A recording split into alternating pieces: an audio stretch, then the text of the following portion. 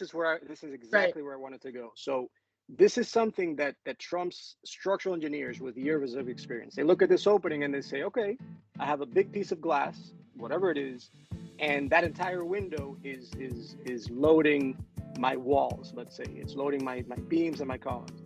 But everybody in this room and on this call, I want you to understand, if you start seeing these as panels, and every time you have a panel, if it's a rectangular shape, the way it's going to distribute it is in triangles and trapezoids. So Christina, this is what George was saying. It's an approximation of what you're seeing here. The fact that that piece of glass, and you might want to zoom in, is supported on all four sides, and you have two sides that are essentially much shorter than the other two sides.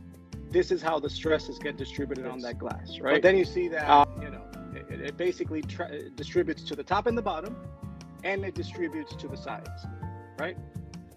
So this is where our ¿cómo se llama? Our trapezoids and triangles are coming from. George and the other civil engineers in the room would know that this is also coming from concrete slabs.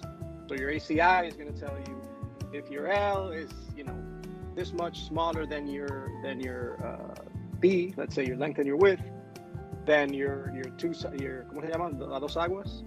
A two-way slab versus a one-way slab.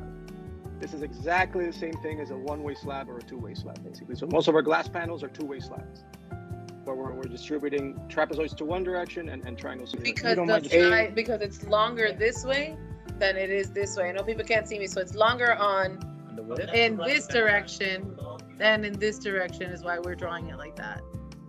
And you're gonna pretend that these are perfect trapezoids. Yeah. All right, so it's really very rudimentary. There's not too much thought to it. The first thought is my glass four side supported? Yes. Then the second task is, let me draw my triangles and trapezoids. Once you've done this, now you can start looking at the load distribution onto the supporting members, right?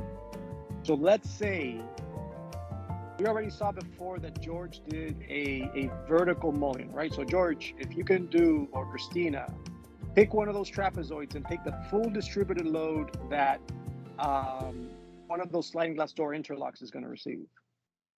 This interlock? Whichever you'd like. Exacto, exacto, exacto. Can everybody see that? So what you're doing when you do this breakdown now is you're starting to find your tributary areas. Does everybody see that? So now you pick which member you're analyzing. Yes. And you hatch in what you're doing.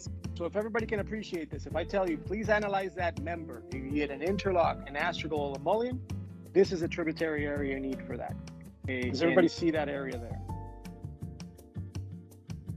And again, this is assuming that this window is anchored on all four sides, all around.